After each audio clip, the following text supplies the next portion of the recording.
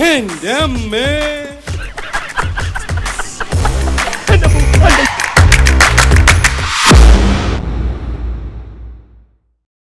ശരിക്കും പിടിക്കേ. ഭഗവാനെ, ഗുരുവായൂരപ്പാ. കുഞ്ഞിക്കണ്ണ, പുതിയതായിട്ട് ആരാ മേലെ താമസിക്കാൻ വന്നിരിക്കുന്നത്? കുട്ടികൾ പറഞ്ഞല്ലോ. അല്ല, ഇവിടെ ഇരുമ്പോണ്ടുള്ള സാധനങ്ങളൊക്കെ എവിടെയാ വെച്ചിരിക്കണേ? കത്തി, കൊടുവാള്, കട്ടപ്പാരൊക്കെ എന്തേ? അല്ല, ഒക്കെ വളരെ ഭദ്രമായിട്ട് അളമാറിലോ മറ്റോ വെച്ച് പൂട്ടണം. ഒന്നും മുറ്റത്തും പുറത്തും കണ്ടുപോകരുത്. തന്നെയല്ല, കുട്ടികൾ ഇനി മേലോട്ട് വിടണ്ട. താൻ എന്തൊക്കെയാ ഈ പറയുന്നത്? ഞാൻ പറയുന്ന അനുസരിക്കാനല്ലേ, സൂക്ഷിച്ചാ ദുഃഖിക്കണ്ട. തെളിയിച്ചു പറയടോ. തെളിച്ചു വരാൻ വിരോധം ഉണ്ടായിട്ടല്ല, ഞെട്ടരുത്. ഞാൻ എന്തിനാ ഞെട്ടണത്? താൻ പറയടോ. വക്കീലിന്റെ കൂടെ താമസിക്കാൻ വന്നോനെ ചില്ലറക്കാരനല്ല, ജയിലിൽ നിന്ന് ലീവ് എടുത്ത് വന്നോനാ, കൊലപ്പുള്ളി. എന്റെ അമ്മേ. എന്നാ മുത്തശ്ശി, കൊലപ്പുള്ളി എന്ന് പറഞ്ഞാൽ കയ്യിൽ തോക്കുണ്ടാവോ? കൈ തോക്കും കാണും, കടാരും കാണും, പക്ഷെ ഒന്നും പുറത്തെടുക്കൂല്ലോ. ഇപ്പൊ ഇറങ്ങണ, എല്ലാവരും ഇപ്പൊ ഇറങ്ങണെന്ന്. ഞാൻ എന്തായാലും ഇറങ്ങാൻ തീരുമാനിച്ചിരിക്ക. വിളിക്കണത് എന്റെ വക്കീലിനെ. പപ്പനാഭൻ ദുബായി കിടന്നുണ്ടാക്കിയ കാശ് കൊണ്ട് കെട്ടി വീടാ ഇത്. കണ്ട കൊലപ്പുള്ളികൾക്ക് വാടകയ്ക്ക് കൊടുക്കാനുള്ളതല്ല. അല്ലാന്ന് എനിക്കറിഞ്ഞൂടെ? ആ കൊലപാതകയെ ചവിട്ടി പുറത്താക്കടോ. ഒന്ന് പതുക്കെ പറ. എനിക്കൊരുത്തിരി പേടിയില്ലടോ. ഇറങ്ങി വരാൻ പറ. എന്നാ മുത്തച്ഛനെന്ന് പറ. ആഹാ. എടോ വക്കീലേ, വക്കീലേ, ഇറങ്ങി വാടക വിട്. അണ്ട കള്ളനെയും കൊലപാതകനെയും എന്റെ വീട്ടിൽ താമസിപ്പിക്കാൻ ഞാൻ സമ്മതിക്കില്ല. എന്റെ സ്വഭാവം നിനക്കറിയില്ല. ആ വക്കീല് കുളിക്കുക. ഇവിടെ എന്താ ഒരു ബഹളം? ബഹളോ? ആ എന്ത് ബഹളം? മുത്തശ്ശി ബഹളം വെച്ചതിനെ പറ്റിയാ? ഞാനാ? ആ കുഞ്ഞിക്കണ്ണൻ പറയായിരുന്നേ, മേലെ വന്നിരിക്കുന്ന ആള് കുറച്ച് പെശ കാണുന്നു. മുത്തശ്ശി താൻ പറഞ്ഞൂടോ. അപ്പൊ ഞാൻ പറഞ്ഞേ, മനുഷ്യരിൽ നല്ലതും ചീത്തയില്ലാന്ന്. മോനെ കണ്ട എന്റെ പപ്പനാവിന്റെ അതേ ചായ. എന്തെങ്കിലും ആവശ്യം ഉണ്ടെങ്കിൽ മുത്തശ്ശിയോട് ചോദിക്കണട്ടാ, മറക്കല്ലേ. തള്ളേ, കാല് വാരരുത്. എന്നെ കൊലക്ക് കൊടുക്കാനല്ലേ നിങ്ങളെ പരിപാടി? കുഞ്ഞിക്കണ്ണ, വിശ്വാസം തന്നെ ചെയ്യരുതേ. അയാൾ നമ്മളെ കൊല്ലൂ മുത്തശ്ശി. അറം പറ്റുന്ന വർത്താനം പറയാണ്ട് കേറി പൊടി അകത്ത് പൊടി. കുഞ്ഞിക്കണ്ണ പൊട്ടിച്ചോ? ഇല്ലല്ല, അത് സ്റ്റീലാ. നരേന്ദ്ര സാറിനോട് വന്ന് കിടന്നോളാൻ പറ. അതിപ്പം സമയാവുമ്പോ മൂപ്പര് ഒന്ന് കിടന്നോളൂലേ? ചെന്ന് വിളിക്കണോ?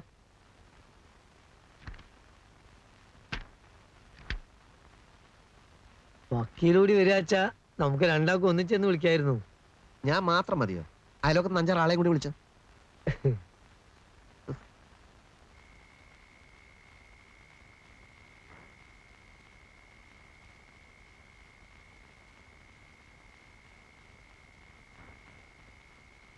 അകത്ത് വന്ന് കിടന്നോളാൻ പറഞ്ഞു.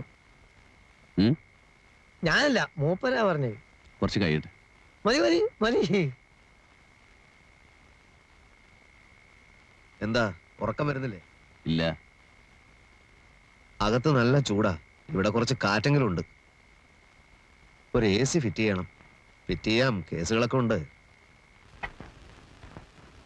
ചായ വേണ്ടെന്ന് ഞാൻ പറഞ്ഞതല്ലേ.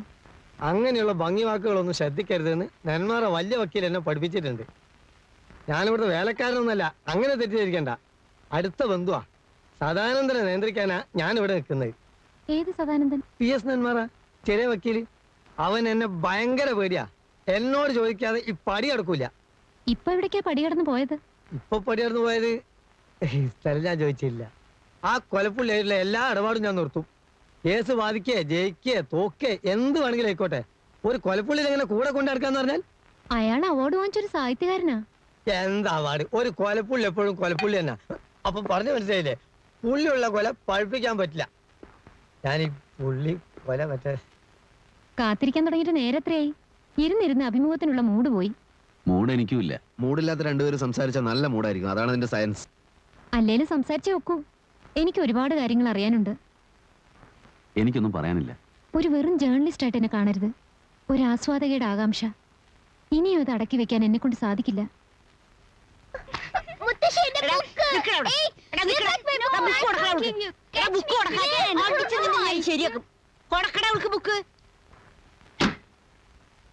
എത്ര ദിവസം കിടക്കാൻ പറ്റും? എത്ര ദിവസം കിടക്കാൻ പറ്റുമെന്ന്? എന്ത്? സിംഹത്തിന്റെ കൂട്ടിൽ ഒരു ആട്ടുംകുട്ടിക്ക് എത്ര ദിവസം കിടക്കാൻ പറ്റുമെന്ന്. കടിക്കോ കൊല്ലോ എന്ന് അറിഞ്ഞൂടാ. എന്നാൽ ഏത് നിമിഷത്തിലും കടിക്കും ചെയ്യാ, കൊല്ലും ചെയ്യാ. മരിക്കാതെ മരിച്ചോണ്ടിരിക്കുകയാണ് മുത്തശ്ശി ഞാൻ. ഇതാ താക്കോൽ അവര് വന്നാ കൊടുത്തേക്ക്. കുഞ്ഞിക്കണ്ണൻ പോവുക. നീ പറയുന്നത് ഒന്നും എനിക്ക് മനസ്സിലാവുന്നില്ലല്ലോ കുഞ്ഞിക്കണ്ണ. ഞാൻ കൊലപ്പുള്ളി എന്ന് വിളിച്ചത് ആ പുള്ളി കേട്ടു. ആ. അത് ഞാൻ പുള്ളിക്കൊലാനാക്കി മാറ്റാൻ ശ്രമിച്ചു. ഉം. ഏറ്റില്ല. ഉച്ചക്ക് ഊണ് വിളമ്പിക്കൊണ്ടിരിക്കുമ്പോ പ്ലേറ്റിൽ നിന്ന് കണ്ണെടുത്ത് എന്നെ അടിയും കൂടി ഒരു നോട്ടം. സത്യം പറഞ്ഞാൽ ഞാൻ ദഹിച്ചു പോയി മുത്തശ്ശി. എന്നിട്ടൊന്നുമില്ല, ഞാൻ പോവാ.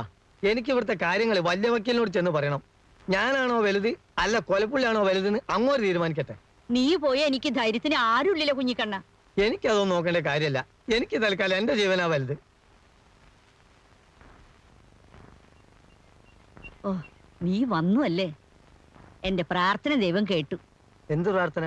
എന്നെ തനിച്ചാക്കല്ലേ, കുഞ്ഞിക്കണ്ണനെ വേഗം വരുത്തണേന്ന് ദിവസത്തിൽ 3 നേരം പ്രാർത്ഥിക്കായിരുന്നു. അതൊരു ചതിയായിപ്പോയി. വെറുതെ അല്ല എന്റെ പ്രാർത്ഥന ദൈവം കേൾക്കാതിരുന്നത്. ഇങ്ങോട്ട് ഇനി വരില്ല എന്ന് പറഞ്ഞപ്പോ വലിയ വക്കീൽ എന്നെ തല്ലി. ആ കൊലപ്പുള്ളി എന്നെ കൊന്നാലോ എന്ന് ചോദിച്ചപ്പോ പറയാ, നീ ചത്ത നിന്റെ ശേഷക്രിയ ഞാൻ ഭംഗിയായി നടത്തിക്കോളാ കുഞ്ഞിക്കണ്ണാന്ന്. അതൊരു വലിയ കാര്യം തന്നെ കുഞ്ഞിക്കണ്ണ.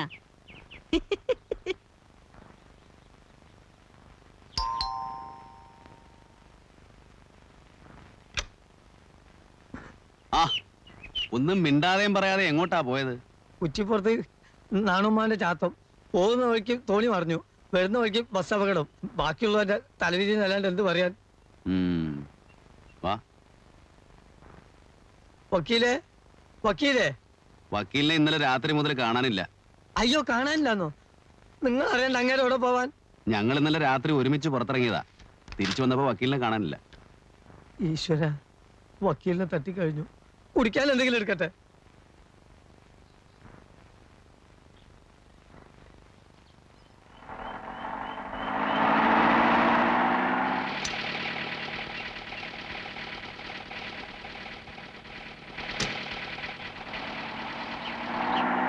കുഞ്ഞിക്കണ്ണൻ എവിടെയായിരുന്നു? അങ്ങോട്ട് പോകുമ്പോ ബസ് അപകടം, ഇങ്ങോട്ട് വരുമ്പോ തോണി മറിഞ്ഞ്.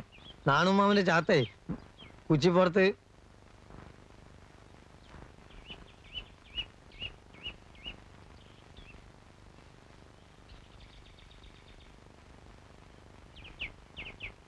അല്ല, വക്കീൽ ഇത് എവിടെയായിരുന്നു?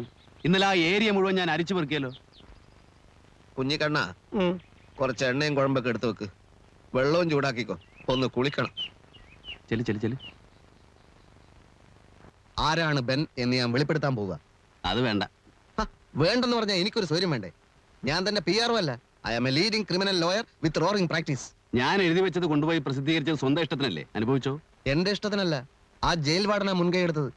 താൻ എന്തൊക്കെയോ മഹത്തായ കാര്യങ്ങളൊക്കെ എഴുതി വെച്ചിട്ടുണ്ടെന്നും അത് പ്രസിദ്ധീകരിക്കണമെന്നും പറഞ്ഞത് അങ്ങേരാ. അല്ല, അതുകൊണ്ട് ഇപ്പൊ കുഴപ്പമൊന്നും ഉണ്ടായില്ലല്ലോ. സാഹിത്യ അക്കാദമി അവാർഡ്, റോയൽറ്റി വേറെ. ആരാണീ ബെൻ, ആരാണീ ബെൻ എന്നും ചോദിച്ചുകൊണ്ട് സാഹിത്യ ഭ്രാന്തന്മാർ പരക്കം പായാണ്. പരക്കമ്പാൻ ആരും ഇങ്ങോട്ട് വരരുത്. ഇവിടത്തെ ശാന്തമായ അന്തരീക്ഷത്തിൽ മനസമാധാനത്തോടെ കഴിയാണ് ഞാൻ. എന്നെ സ്വൈര്യം കെടുത്തരുത്. ഒന്ന് ചോദിക്കട്ടെ, തന്റെ ഭ്രാന്ത് ഏത് വകുപ്പ് പെടുത്തണം? ഇരുമ്പഴിക്കുള്ളിൽ ശാന്തമായ അന്തരീക്ഷമാണെന്ന് പറയുന്ന ആദ്യത്തെ തടവ് പുള്ളി താനായിരിക്കും. താൻ എഴുതി കൂട്ടിയ വട്ടിന് അവാർഡും. എനിക്കൊരു പിടിയും കിട്ടുന്നില്ല കേട്ടോ. പറഞ്ഞുതരാം. വക്കീൽ ഇപ്പൊ ഒരു കാര്യം ചെയ്യും. ഓ, റോയൽറ്റി കാശൊക്കെ ഞാൻ എന്ത് ചെയ്യണം? അതുപോലെ അനാഥാലയത്തിന് കൊടുത്തേക്ക്. തനിക്ക് മുഴുവൻ ഭ്രാന്താണ്. എന്നെങ്കിലും താൻ പുറത്തു വരുമല്ലോ, അപ്പൊ താൻ മണ്ണ് നിന്ന് ജീവിക്കുമോ? ഒരു കാര്യം ചെയ്യും, താൻ എഴുത്ത് നിർത്തണ്ട. ബെന്നിന് ആരാധകർ ധാരാളമുണ്ട്. താൻ എന്തെഴുതിയാലും അവർ വായിക്കും. അതുകൊണ്ട് എഴുതിക്കൊണ്ടേയിരിക്കും. എടോ, പണമില്ലാത്തവൻ പിണ.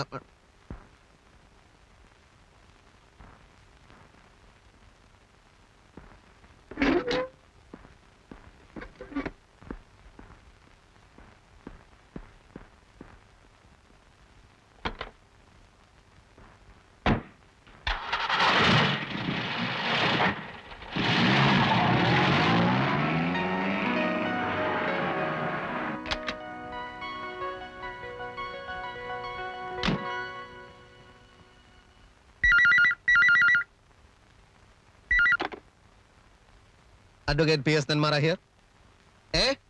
എന്താ മാനനഷ്ടോ? ഓ, മാനസ. എന്തുണ്ട് കുട്ടി വിശേഷങ്ങൾ? പ്രധാന വിശേഷം, ബെന്നിനെ ഞാൻ കണ്ടു. ജയിലിൽ കഴിയുന്ന അദ്ദേഹത്തിന്റെ പേര് നരേന്ദ്രൻ എന്നാണ്. ഇനി ആരെങ്കിലും അന്വേഷിക്കുകയാണെങ്കിൽ സാർ കറക്റ്റ് ഡീറ്റെയിൽസ് കൊടുത്തേക്കൂ. പിന്നെ നരിച്ചീറുകൾ എന്ന നോവലുണ്ടല്ലോ, അത് സാർ സ്വന്തം പേര് തന്നെ പ്രസിദ്ധീകരിച്ചാൽ മതി.